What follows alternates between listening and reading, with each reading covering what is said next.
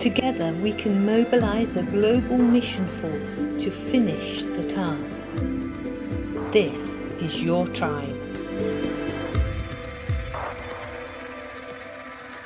Greetings, everybody. My name's Ray Peng, and welcome to the program, what we call This is Your Tribe. You know, Global Mobilization Network is trying very hard to collaborate among mobilized around the world. And today, our special guest here with me is a good friend and also my little sister from Taiwan, but she's working now in Africa with OM Zambia. And so Ivy, can you just kindly introduce yourself and to our audience and just a little bit about your background and your journey with OM and missions in general? Okay, hello everyone. My name is Ivy. I am from Taiwan, and right now I have been staying in Zambia for the past 4 years. I joined the mission since 2014. First is the South Africa mission discipleship training for half a year. And then I joined OM Ships Logos Hope for 2 years. Most of my time was sailing in Africa. So that really helped me to grow the passion for Africa. And then I shortly joined OM International to help out some social media. Then I come back to Zambia here with OM Lake Tanganyika for the past 4 years. So my whole time I have been joining Operation Mobilization. Okay, wow, that sounds like quite a journey. You know, for the last, I would say 7 years, you have been spending most of the time in the continent of Africa, right? As a Asian young lady and living in another continent is probably one of the most interesting experience of your life, I believe. Can you tell us a little bit about the cross-cultural impact for you and also maybe for your family and your church as well? Can you share a little bit about your experience of how that have been introduced to the context you're originally familiar with? So many people are very shocked, and I didn't know much about Africa. And I have to say, Africa, it's a continent that most of the world has a really stereotype of like poverty or just a place that had nothing and people are very backward. But this place, when I came first in South Africa for mission training, I realized that Africa is so different than I thought. The fact that I landed in Johannesburg and then, everything looked just like a city. I was like, what, isn't that Africa I know? And then, to see there are white people and there are, Indian communities, like there are people even called colored. There are so many more than what I heard of. And even just the continent of Africa, each country, each tribe is so different. So that's something I realized that, I came here, thought like I came to help, but I realized that I learned so much more in this place, and things that really drove me close to this place to have passion for Africa is because the potential it has. It's not because of, the need. It is because how amazing this place is that I feel like I really would like to come back and serve and let the world to hear the stories that are happening here and to let people know that Africa is not just a one thing that you see on a poster of please give them food or something, but it is so much more diversity. It is so amazing with, just dancing and music and the vibrancy of people. Yeah. And the church is growing so much here. Like, I feel like they are so alive. Yeah.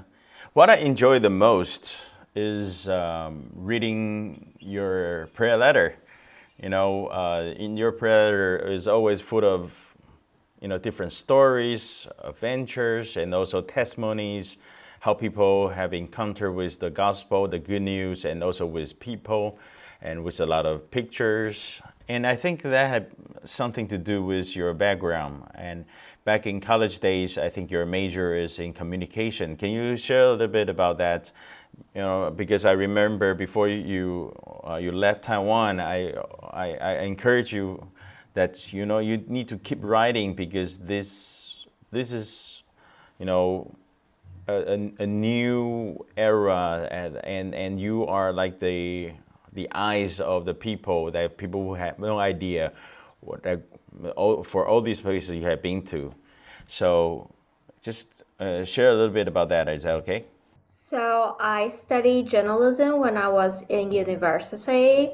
I didn't know that God could use this skill at that point, actually. It was when I joined first in the mission training. They were like, we wanted to promote videos, and I was able to help out. And then later on the ship, I realized there's a whole communication department and how it is important to tell the people, like Christians, to know, okay, how to pray, how to support in different forms, maybe financially or different resources, or even join missions. And you need people who are able to communicate well, to share the story this on the ground. So I realized that was a gift that God has put in me that I could use greatly in mission. And when I start doing and writing more, I realize that even newsletter itself, it becomes a ministry. That I Yeah. have heard people say they were connect with my newsletter and feel like they're just so encouraged. But I also have friends who was first reading my newsletter and later on they become supporter for other missionaries, or they become missionary themselves because they've been reading and praying for through my newsletter. And I also heard many people who like tell me like, oh, I didn't know anything about Africa before. I thought it was just a one thing, but now I could learn so much more. Know about Lake Tanganyika, know about the politics around the south part of Africa, like many things that they were able to learn. And the most crazy things that even the secular media were able to pick it up, and I was able to write few articles. Yeah, that's great. Yeah, because I remember these articles, I've been forwarding to my friends. But, there's one thing I'm curious the most is that you, as a Taiwanese, I think Mandarin is our mother tongue and the first language. And usually English is not even our like second language. And you're working in the communication sector of a ministry. So often that will be pretty challenging because you are using a tool which you might not be that familiar with. And that has been my struggle as well. Just like this interview, I'm using my second language to communicate with you, and we never actually really talk and having a conversation in English, because our first language is Mandarin, but because for our audience, we need to use English as our channel, so-called, per se. So how is that coping with you? I have to say that it was very hard at the beginning, and God really challenged me and helped me. That was one of the reasons I never thought I could make myself into communication roles, because my first language was not English. Then I really think God gave me a great opportunity that I just contact with one of our communication manager, and she just needs kind of like a PA at that point. And then she didn't have anybody, and she heard of like I graduated from journalism, so she's like, okay, Ivy, you can come and help. And through that, I was able to first doing something not directly communication, but just through being like a PA, I able to learn and pick up things. But at the same time, they were able to observe me and say that, okay, this one, even though her English is not first language, we trust her enough.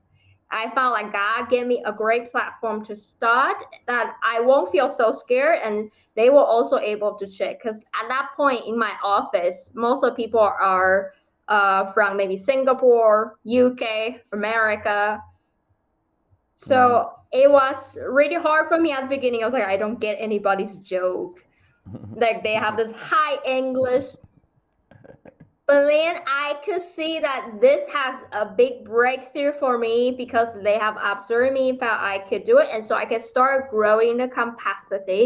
Of course, whatever I write, I still need to give to my team to proofread. I can't just send it out. I am not able to do a full editing like the others because my English still like sometimes the grammar still not perfect, but then I can do the majority things and I realize Mhm. like the principles are the same. So the most important thing is like I show them that I know the principles and they agree with it and able to even bring a different perspective. Like once in Yeah, our that's right. international we have a communication meeting, and that was the first time they found out that majority of people who in charge of communication were have to speak English very well, that many of our Mm. materials are very hard to even translate, Mhm. and the way how we do communication was not easy for the non-English speakers to pick up. That's why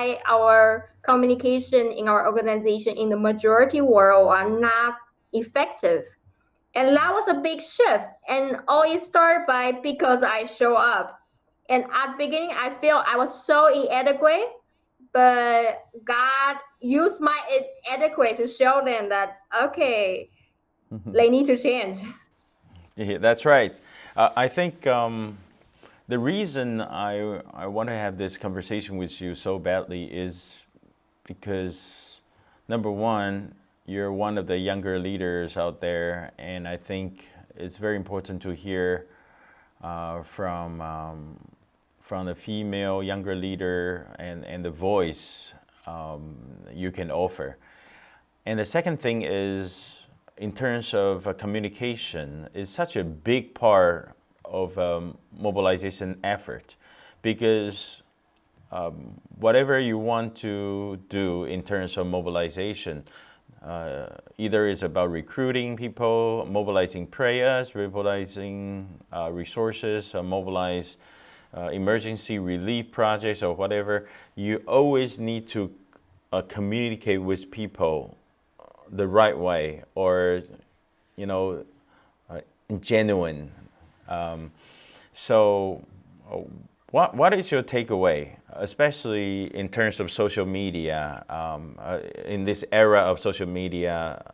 And I think organizations like Operation Mobilization and many others are trying very hard uh, using social media, and you're just on that track, and you just experienced for the last couple of years have been involved very much. Can you share a little bit with that?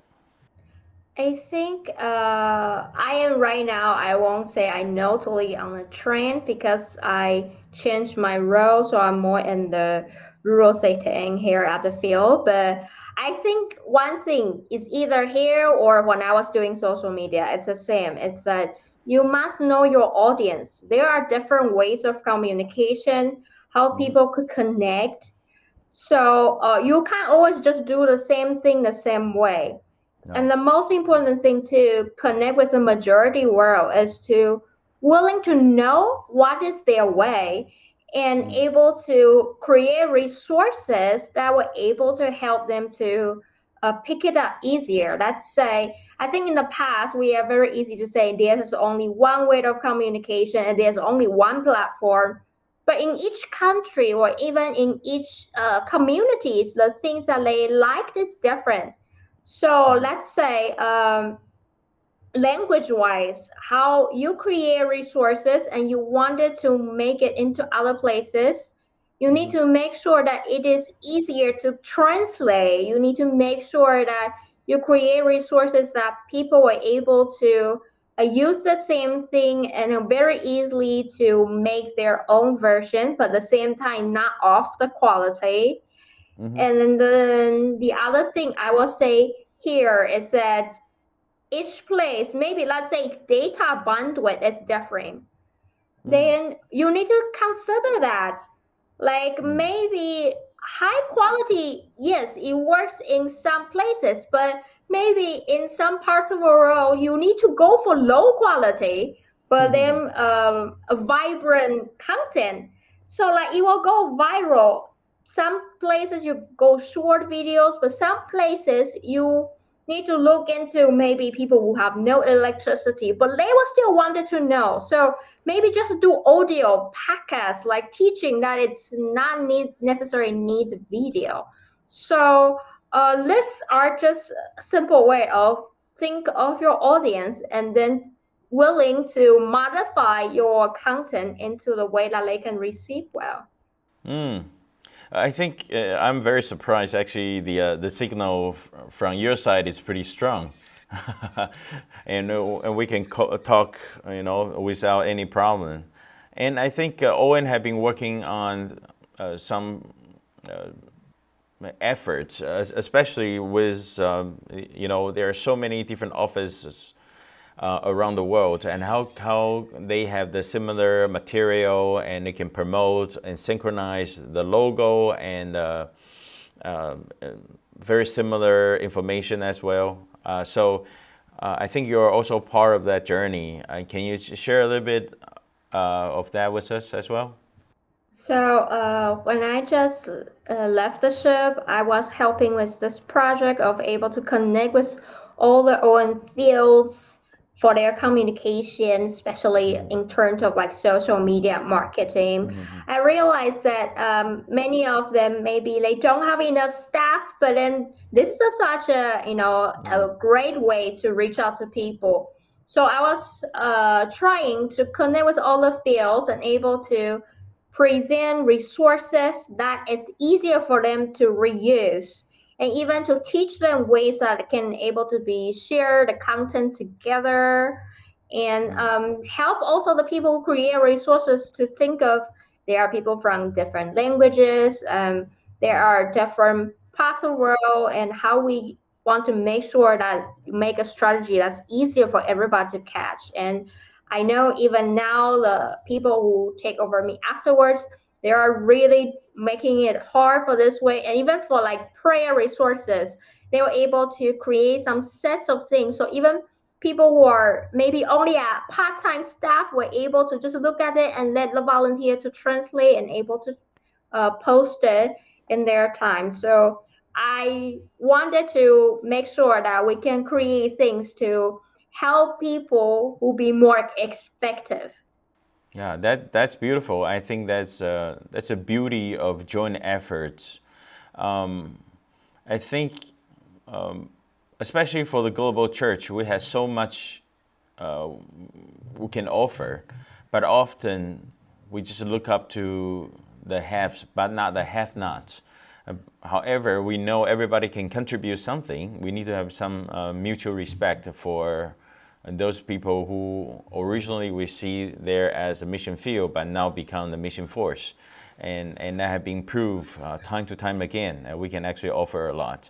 So just tell me a little bit more about yourself as a missionary, especially at the field.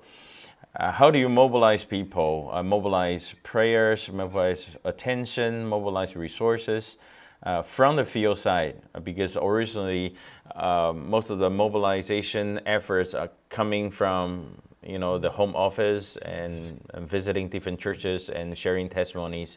Once this missionary have a home assignment or a furlough. However, when you're at the field, how do you mobilize people? I think what you said is very true. It's about the joint efforts. So of course, when I'm home, I can do like sharing the churches are in a furlough. But nowadays, I realize that as you start doing it, you are able to connect with home offices. I realize that sometimes it's me mobilize the home offices that are resourcing fields to understand what is happening at our place through maybe our field prayer letter, but maybe through just we generally share our needs and and build bridge and build relationship partnership with the resourcing field so that they understand better and know how to connect with other supporters at their place, or like when they share stories they will remember, oh, I know exactly what happened at the OM Lake Tanganyika. That is how she shared. So I will say it's important to build relationship with the resourcing field, but of course there are also some supporters that connect with us Mm. directly, that I was just using the same way to connect with them and mobilizing them. But then I think for me, most effective way is to have a partnership, Mm-hmm. and then regularly you share what is really in the need on the ground. And I have to say, in the past, I have seen this syndrome of like a dependency syndrome of like, okay, it's a one-way communication. But Mm-hmm. now I try to be more proactive. So like when I build relationship with resourcing field, I'm the one who's sharing the needs. But at the same time, when they communicate with me, I am there to share what is really on the ground. Because I found many times people, because they wanted to get the resources, they're afraid of offending the people. Oh, right. There are many culture dynamic there, or even power dynamic there, that make it end up that many projects are highly funded because they know the resourcing feels like it, or it's easier to communicate that way.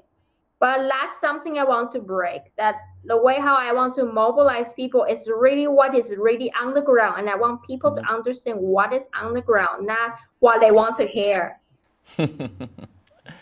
Okay, last thing. Thank you very much for your time and I think your contribution. You know, I want to hear a little bit more about girl power. And what did you see there at the mission field from your previous experience, either on the ownership or at the Africa field, and also the people you work with and the locals? Because often we just saw the male domination. As a pastor, leading a team or ministry. However, often we see, you know, ladies and our beloved sisters have been contributing so much, sometimes behind the scenes and sometimes, working very hard at the, every spectrum of the ministry. So can you share a little bit about that and also what you have been seeing? I see that this thing has been more openly talked about. Mm-hmm.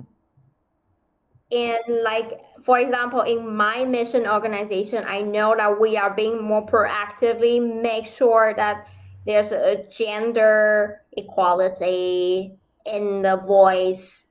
We want to make sure there's culture diversity, and then also age diversity in the people who make decisions. And Mm. I would say that it is not easy journey, Mm-hmm. because that also, especially here, let's say in Zambia, the culture are still more like a male dominant, and even in leadership, it is not very easy. And you could Mm-hmm. see like the way how things are discussed, or like when you present things in the ministry, it is so easy. You uh just forget about the part of how maybe the wife will think about this thing, or like how Mm. about the girls in the ministry, like Mm. there are some elements that because as a female you are in that position, you know it Mm. better, and you need people who are able to make this voice. And I know some were fields in OM, like they really are trying. Like one of the area field, I know that they make an exception, that they want their area leadership to have this lady who has a child that can be full time, like work like other guys, like Mm. because she can't travel like the other guys. but then they say no, they would rather still let her to have the position so that they want to let her able to use her talents even though there's limitation. And the reality is there's always will be limitation, and you just need to be willing to stand back and say, okay, I want to sacrifice effectiveness so that there will be more diversity and we won't neglect other voices. That's beautiful. And hopefully one day our global mobilization network can also work towards that direction and also fulfill that kind of gap. Ivy, thank you again. It was really precious, especially hearing from you personally. And I think we need voices like yours, and appreciate what you have been doing, and pray that God will bless you abundantly, especially for your future journey. Thank you a lot. And this is your tribe. This is Mobilizer's tribe, and so this is also our tribe. We will see you guys next week. So let's say goodbye to our beloved brothers and sisters on the internet. Bye and have a good one.